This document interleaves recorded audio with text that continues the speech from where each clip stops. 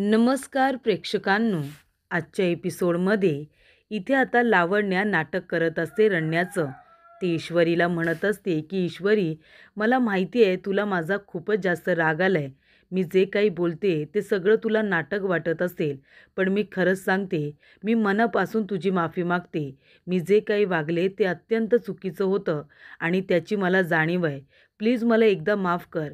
तेव्हा इथे अर्णव म्हणत असतो की लावण्या, बाद झाली तुझी नाटकं. आता जास्त नाटक करू नकोस. तू आत्ताच्या आत्ता इथून निघून जा. मला तुझं तोंडसुद्धा बघायची इच्छा नाही आहे. तेव्हा लावण्या म्हणत असते, यार, जाणारच आहे मी. फक्त या घरातूनच नाही तर ह्या जगातून जाणार आहे, असं लावण्या म्हणते. तेव्हा मामी म्हणते, अरे अर्णव, काय बोलते लावण्या? प्लीज तू तिला थांबव आणि तिला माफ करून टाक बरं.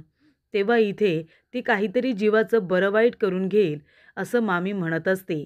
तेव्हा अर्णव म्हणतो, मामी, तिला जे काही करायचं आहे ते करू दे. मला काही फरक पडत नाही आहे. ती जे काही वागली आहे ते अत्यंत चुकीचं आहे, माफ न करण्यासारखं आहे. त्यामुळे तिने काहीही केलं तरी मला फरक पडत नाही. तेव्हा इथे ईश्वरी म्हणते, नाही अर्णव सर, 1 मिनिट थांबा. तुम्ही लावण्या मॅडम यांना माफ करा. तेव्हा मामा म्हणतात की ईश्वरी, लावण्याने जी काही चूक केली ती माफ करण्यासारखी नाही आहे. तेव्हा इथे आकाश म्हणत असतो, नाहीतर काय वहिनी, लावण्याने जे काही केले ते एक प्रकारचं क्राईम आहे. तुला माहिती आहे का? ती चूक माफ करण्यासारखी नाहीच आहे. तेव्हा ईश्वरी म्हणते, मला माहिती आहे, लावण्य मॅडम खूपच जास्त चुकल्यात. त्यांनी जे काही केलं आहे ते अत्यंत चुकीचं आहे. पण त्यांना त्यांच्या चुकीची जाणीव आहे आणि म्हणूनच ते इथे सगळ्यांसमोर त्यांची माफी मागायला सुद्धा आल्यात ना. आणि त्यांनी जे काही केलं अर्णव सरांवरील प्रेमासाठी केलं. मार्ग चुकीचा होता, पण तरीसुद्धा अर्णव सर, तुम्ही त्यांना माफ करून टाका. तेव्हा इथे अर्णव म्हणत असतो, बघितलंच लावण्या, हा हे फरक तुझ्यामध्ये आणि ईश्वरीमध्ये. म्हणून मी ईश्वरीची बाजू घेत असतो. आता इथे मी सिंदूर म्हणते म्हणून मी तुला माफ करतोय, नाहीतर मी कधीच तुला माफ केलं नसतं. ही गोष्ट लक्षात ठेव, असं अर्णव लावण्याला म्हणतो आणि सरळ तिथून निघून जातो. तेव्हा लावण्या रडायचं नाटक करते.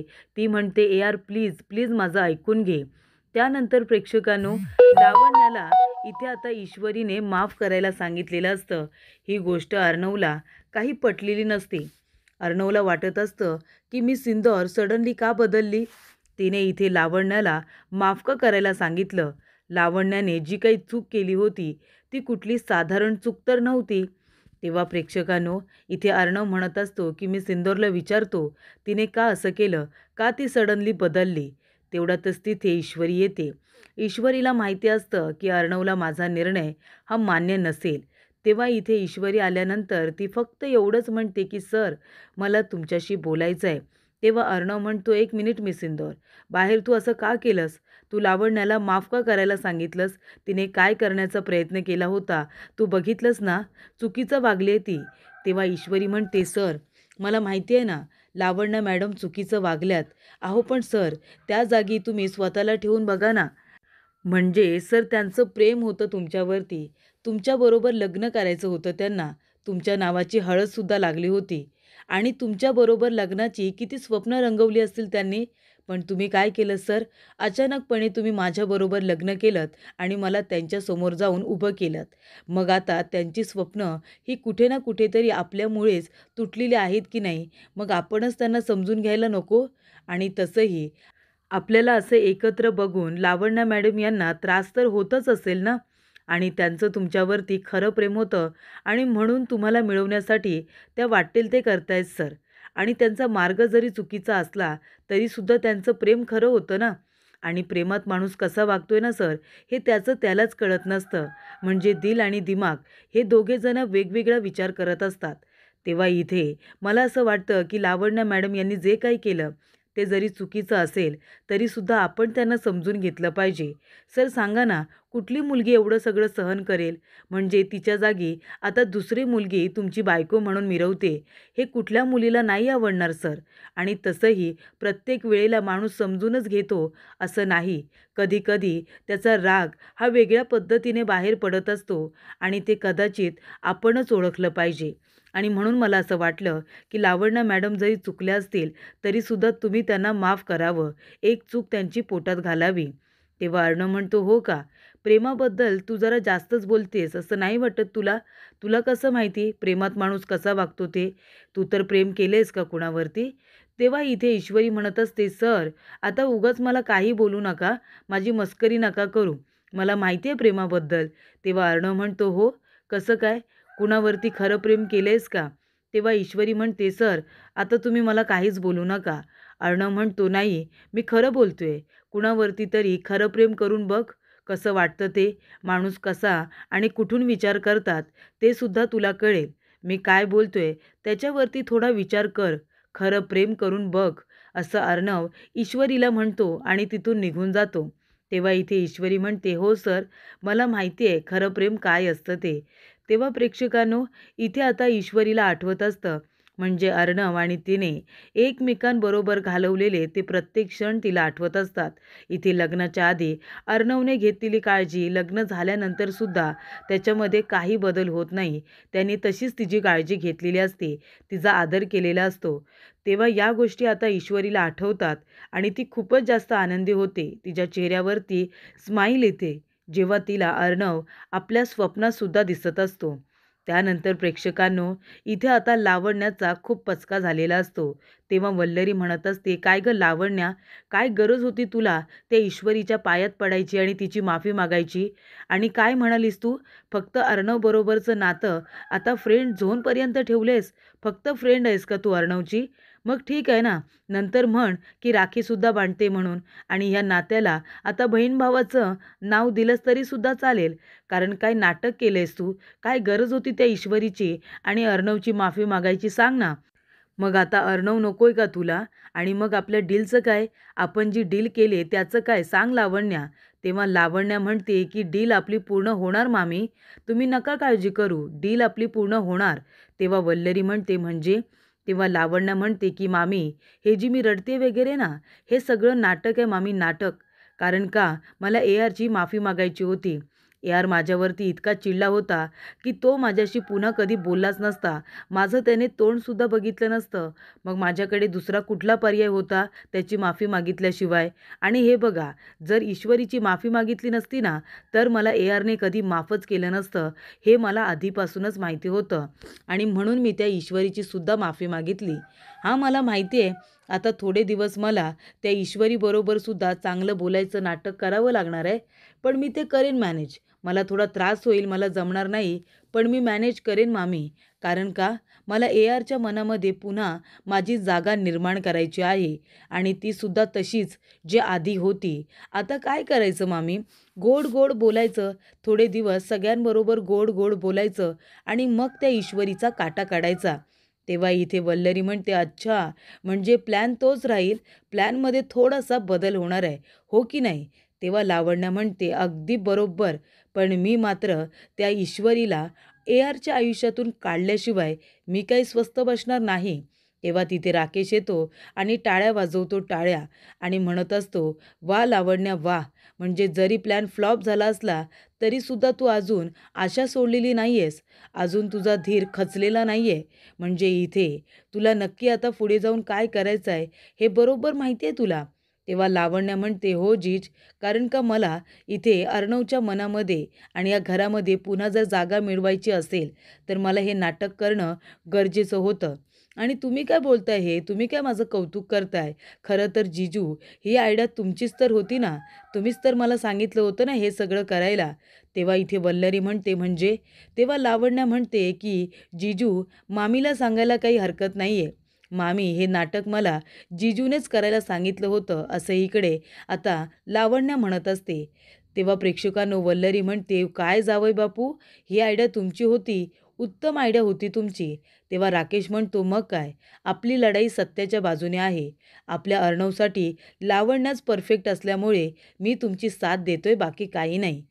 त्यानंतर प्रेक्षकांनो, इथे आता अंजली शांतपणे बसलेली असते आणि ती विचार करत असते की इथे ईश्वरीने लावण्याला कशा पद्धतीने अर्णवला माफ करायला सांगितलं होतं. म्हणजे ईश्वरीने इथे सुद्धा लावण्याला समजून घेतलेलं असतं. तेव्हा इथे अंजली बसलेली असताना अर्णव येतो आणि म्हणतो, ताई काय झालं, कसला विचार करतेस? तेव्हा अंजली म्हणते, ये ना इथे येऊन बस. आणि ती म्हणते, काही नाही रे, मी विचार करते ईश्वरीचा. म्हणजे बघ ना, ईश्वरीने लावण्याला सुद्धा माफ करायला सांगितलं. लावण्याच्या बाबतीत आपण किती चिडलो होतो, पण तरीसुद्धा तिने लावण्याला माफ करायला सांगितलं. किती छान पद्धतीने सिच्युएशन सांभाळून घेतली ना तिने. आता मला तुझी काळजी नाही आहे अर्णव, कारण का ईश्वरी आहे ना तुझी काळजी घ्यायला. किती छान पद्धतीने ती सगळ्या गोष्टी समजून घेते. तेव्हा इथे अंजली म्हणत असते, खरं सांगू का चिंटू, मला ना तुझं लग्नाच्या आधी खूप टेन्शन होतं की अर्णवचं कसं होईल, त्याला समजून घेणारी मुलगी त्याला मिळेल का? कारण का तुझ्याकडे काही कमी नाही आहे. तू स्वतःच्या पायावर खंबीरपणे उभा आहेस. सगळं काही आहे तुझ्याजवळ. मग आता तुला अशी मुलगी हवी होती, जी तुला समजून घेईल, तुझ्या पद्धतीने ती वागेल. आणि तशी ईश्वरी आहे. ती प्रत्येक वेळेला तुला सांभाळून घेते, विस्कटलेलं पुन्हा जोडून घेते. हो की नाही? तेव्हा इथे लावण्य आता अशी नाही आहे. लावण्याने खूप चुकीचं केलं, हे सुद्धा आता अंजलीला कळत असतं. तेव्हा इथे अंजली म्हणत असते, की बघ ना चिंटू, आता मला तुझी काळजी नाही आहे. कारण का तुला कसं सांभाळून घ्यायचं हे किती क्रिटिकल आहे, हे माझ्यापेक्षा जास्त कुणाला चांगलं माहिती असेल. पण बघ ना, ईश्वरीने तुला व्यवस्थित सांभाळून घेतलं. आता काय तुला तुझ्या बहिणीची काळजी नाही आहे आणि तुला तिची गरजसुद्धा नाही. बरोबर ना? तेव्हा इथे आता मला कोण विचारतंय? आता ईश्वरी आहे ना, काय बरोबर, काय चूक ते तुला सांगायला. तेव्हा इथे अंजली म्हणत असते, ताई, तू सुद्धा आता अशी बोलणार आहेस आणि खरंच मला सांभाळणं इतकं कठीण तरी आहे का? तेव्हा इथे अर्णव आपल्या मनामध्ये म्हणत असतो, की ताई, तुझी गरज मला नेहमीच लागणार आहे. तुला खरं तर मी माझ्या नजरेच्या समोरून 1 मिनिटसुद्धा बाजूला जाऊ देणार नाही आहे. माझा त्या राकेशवरती अजिबात विश्वास नाही. मला तुला त्या राकेशपासून प्रोटेक्ट करायचं आहे. त्यानंतर प्रेक्षकांनो, अंजली म्हणत असते, की मी काय म्हणते चिंटू, अरे ईश्वरीला काही ट्रीट वगैरे दिलीस की नाही? तिच्यासाठी छान सरप्राईज प्लॅन कर. अरे तिच्यामुळे एवढं मोठं डील मिळालं, मग तिचं कौतुक करायला नकोस का? मला वाटतं तू तिच्यासाठी काहीतरी सरप्राईज प्लॅन केलं पाहिजे. तेव्हा इथे अंजलीने आयडिया दिलेली असते. तेव्हा अर्णव म्हणतो, की ताई अगदी बरोबर बोलते. मी ईश्वरीला इथे स्पेशल ट्रीट द्यायलाच हवी. आणि तेव्हा इथे ईश्वरी आता सगळं काही लिखाण-टिपाण करत बसलेले असते. अर्णव म्हणतो, मी सिंदूर, काय करतेस तू? काय लिहितेस काय? तेव्हा ईश्वरी म्हणते, सर, अहो आपल्या इथे घरामध्ये किती माणसं काम करतात, किती ड्रायव्हर दादा आहेत, त्या सगळ्यांची नावं लिहून ठेवते आणि त्यासमोर त्यांचा पगार लिहून ठेवते. तेव्हा अर्णव म्हणतो, का? हे सगळं तू का करतेस? तेव्हा ईश्वरी म्हणते, सर, असं काय करताय तुम्ही? मी या घरची सून आहे. मग आता माझं कर्तव्य आहे ना, या सगळ्या गोष्टींकडे मला लक्ष द्यायला नको का? म्हणून मी हे सगळं लिहून ठेवते. माझ्यासुद्धा लक्षात हवं आहे ना, कोणाला किती पगार आहे, कोण काय काम करतं, हे मला नको का कळायला? तेव्हा अर्णव म्हणतो, अगदी बरोबर. तेव्हा इथे अर्णव म्हणतो, मी सिंदूर, तू सांग बरं आता, तुला सगळ्यात जास्त काय आवडतं? तेव्हा ईश्वरी म्हणते, म्हणजे? तेव्हा अर्णव म्हणतो, तुला काय करायला आवडतं? तुला फिरायला जायला आवडतं? किंवा तुला कुठलं काही एखादं काम आवडतं, एखादी वस्तू आवडते? सांग ना, सगळ्यात जास्त तुला काय आवडतं? तेव्हा ईश्वरी म्हणते, खरं सांगू का? मला सगळ्यात जास्त खादाडायला आवडतं. नाही, मी खरंच सांगते, इंदोरमध्ये असताना ना, मला खूप काही गोष्टी खायला आवडायच्या. आणि मग ती ठिकाणं सांगत असते आणि मग ती म्हणते, की गल्लीमध्ये एक ठेला आहे, तिथला चायनीज तर मला खूपच जास्त आवडतो. तेव्हा अर्णव म्हणतो, काय? ठेल्यावरचा चायनीज? हे काय बोलतेस तुम्ही सुंदर? अगं तू बघितलंस का? तिथे अजिबात हायजीन वगैरे मेंटेन केली जात नाही. तेव्हा ईश्वरी म्हणते, सर तुम्ही पण ना, अहो ठेल्यावर जी चायनीज खाण्याची मजा आहे ना, जी चव आहे ना त्या चायनीजला, ती तुमच्या चायनामध्ये चायनीजवाल्यांना सुद्धा नाही जमणार. इतकं इथे छान पद्धतीचं चायनीज बनवलं जातं, ठेल्यावरचं चायनीज. तेव्हा इथे अर्णव म्हणतो, मी सिंदूर, पण काहीही झालं ना, तरीसुद्धा मी तुला ठेल्यावरती चायनीज खायला घेऊन जाणार नाही आहे.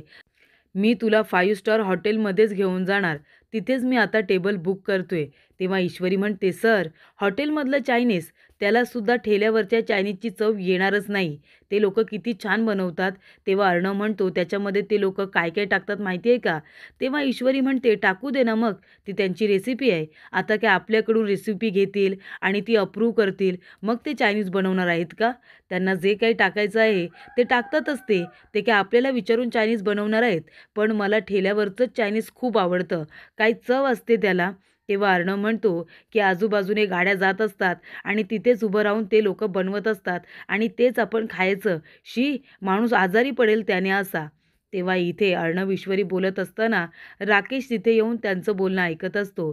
तेव्हा अर्णव म्हणतो, मग ठरलं आता मी सिंदूर, काहीही झालं तरीसुद्धा आपण 5 स्टार हॉटेलमध्येच जायचं. मी तिथेच तुला ट्रीट देणार. तेव्हा आता राकेश म्हणत असतो, अच्छा 5 स्टार हॉटेलमध्ये का? करा करा, जे काही प्लॅनिंग करायचं आहे ते करा. तुमची ट्रीट आता कशी खराब होते ना ते बघाच तुम्ही. त्यानंतर प्रेक्षकांनो, इथे ईश्वरीने नम्रताला फोन केलेला असतो आणि ती म्हणत असते, हे अर्णव सर पण ना, आता ताई तूच मला सांग, ट्रीट जर ते मला देत आहेत तर माझ्या आवडीनुसार व्हायला नको का गोष्टी? तर हे मला 5 स्टार हॉटेलमध्ये घेऊन जात आहेत चायनीज द्यायला. आता तिथल्या चायनीजला चव असते काय गं? ठेल्यावरच्या चायनीजला चव असते की नाही? अर्णव सर पण ना, सगळी मनमानी स्वतःलाच करायची असते. आता मला जर ट्रीट द्यायची आहे तर माझा विचार करायला नको? तेव्हा इथे नम्रता म्हणते, नाहीतर काय, अर्णव सर पण ना प्रत्येक वेळेला स्वतःची मनमानी करत असतात, म्हणजे स्वतःचाच अधिकार गाजवत असतात.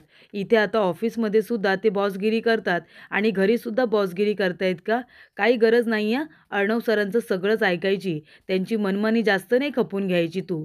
तेव्हा इथे ईश्वरी म्हणते, ताई अगं काही काय बोलतेस? ते कधीच मनमानी करत नाही. उलट मला जे आवडतं ना तसंच करतात ते. तू उगाच काहीही बोलू नकोस हां. तेव्हा इथे नम्रता म्हणते, असं कसं?